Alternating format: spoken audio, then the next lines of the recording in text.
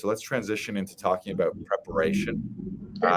We talked about it last week a little bit with my Zoom callback with the role that I recently booked, and we'll share that a little bit. But the theme for today, a little bit of this is, I believe that probably 80% of actors are not doing what it takes to prepare for an audition. They're simply not doing the work, in combination with having the wrong mentality about what it even is to be an actor or to audition. So we want to give you a little refresher. We're going to reframe your mind a little bit on how to look at auditions. And we're actually going to go through some checklist items just up to the day that you shoot your audition. So off the top, Brandon, anything you want to say about preparation? A Tom quote that I always remind myself of is "Love takes time, love makes time." Right. Whenever I'm working on an audition, I know me, and my tendency is to get lazy, and I don't want to do the work, and I don't want to do this. I want to relax. I want to sit down at home and sit on a couch and drink Dr. Pepper all day. But I can't do that. So I always remind myself, okay, love takes time, love makes time. I get up off the couch and I immediately go over to my computer, depending on whatever it is, and I start researching. That's my first step. I always start with a research phase where I'm researching who's auditioning, what the casting director, who the casting director is, who the director is, and who the producers are, and the writer. Really just focus on directors, producers, writers. Focus on those. And if you focus on those and really hone in on what they like, what kind of things they've done before, that can really inform you as to what you can do right now for this audition. But that's always my first step. What's your first step, Lars? My very first step, and I don't always do this, sometimes I skip ahead to the research, but I believe the very first step should be to book the time, place, and reader that you're going to record that audition, because that automatically sets in motion a timeline and a deadline for you, which helps you avoid that procrastination. I think what you just explained is most actors. It's easy. It's way easier to do nothing than it is to do something. Everything goes from order to chaos. Everything goes from action to inactivity. It's like there's a reason we're called actors. It's called action. We're not called thinkers. Oh, we need to hire some thinkers to think about this role. It's action, it's active.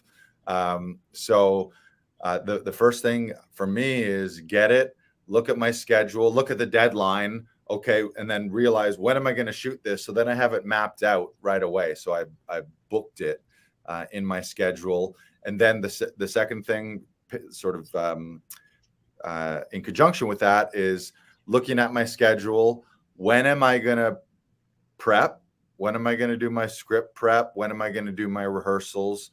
So that I have that mapped out leading up to the time that I'm going to shoot the audition. Or if it's an in-person audition, then if it's in person or on Zoom where they set the deadline, that's already set. But part of the issue sometimes that people are challenged with is humans. I think it's human nature to procrastinate. But then you have to really look at love, that saying of love makes time, love takes time. If you really love something, do you procrastinate? If you're in a relationship with your wife, husband, whatever the situation is, if you're always putting off and procrastinating those things in a relationship, that's not going to bode well for the relationship. And the same thing with your acting career. If you're always putting it off, again, we're humans, which it's easier to not do something than it is to do something. It's kind of human nature. So you don't need to beat yourself up over that, but you do need to overcome the tendency to procrastinate and to leave things to the last minute. And also realize that's a self-sabotage technique where you leave it to the last minute and then you rush everything, same as like cramming for an exam. And then when you don't get it, you have the justification of like, oh, well, I didn't quite put all the work I needed into it. Or if I had a little more time, maybe I would have got it. So be aware of the ways that your brain will trick you into doing a half-ass job. Full ass everything. Raise your standards is what we're talking about too. So yeah, I schedule those things. Then I do what you did. I'm going to pull up my my checklist here. Schedule the session when I'm going to actually do it. Schedule my text analysis, my warm up and rehearsal time. Then do what you just said. Research the production, the writers, the creators, the producers. I look up their names, Google them, go to IMDb, see what they've done. That might also entail watching an episode or some of their previous work. If it's a show that you don't know, look for the world and the tone. Because if you miss that, imagine the difference between like Trailer Park Boys and Murdoch Mysteries. And then if you don't watch an episode of either one of those, or Letterkenny, I'll use Letterkenny as a better current example. Letterkenny, which is kind of wacky Canadian comedy, versus Murdoch Mysteries, which is a period piece. Everyone, the acting is different in those worlds. So if you don't look at that and you don't get the tone, and then you audition oblivious, you may be out of the world, and the director and casting director will be like, this guy just doesn't even understand what he's a part of here. What's next for you? Textual analysis. Right. Do you write out your script? Sometimes. I've been printing them a lot more recently. Just to have it immediately, and then I like to walk around with it for a couple days. So I walk around with the script in my pocket for a couple days, and I'm just sort of I'll work on it loosely, and then if I get an idea or some inspiration strikes me while I'm like at the grocery store or I'm on the subway, I have it right there, so I can just jot it down on the paper. Right. Yeah, because like you find inspiration for things at random points, and like you start thinking about things at random points too, like a grandmother taking her son to the grocery, or a grandson to the grocery store, could inspire you somehow, depending on how you look at things. And so being open to the world is really, I think, really important as well.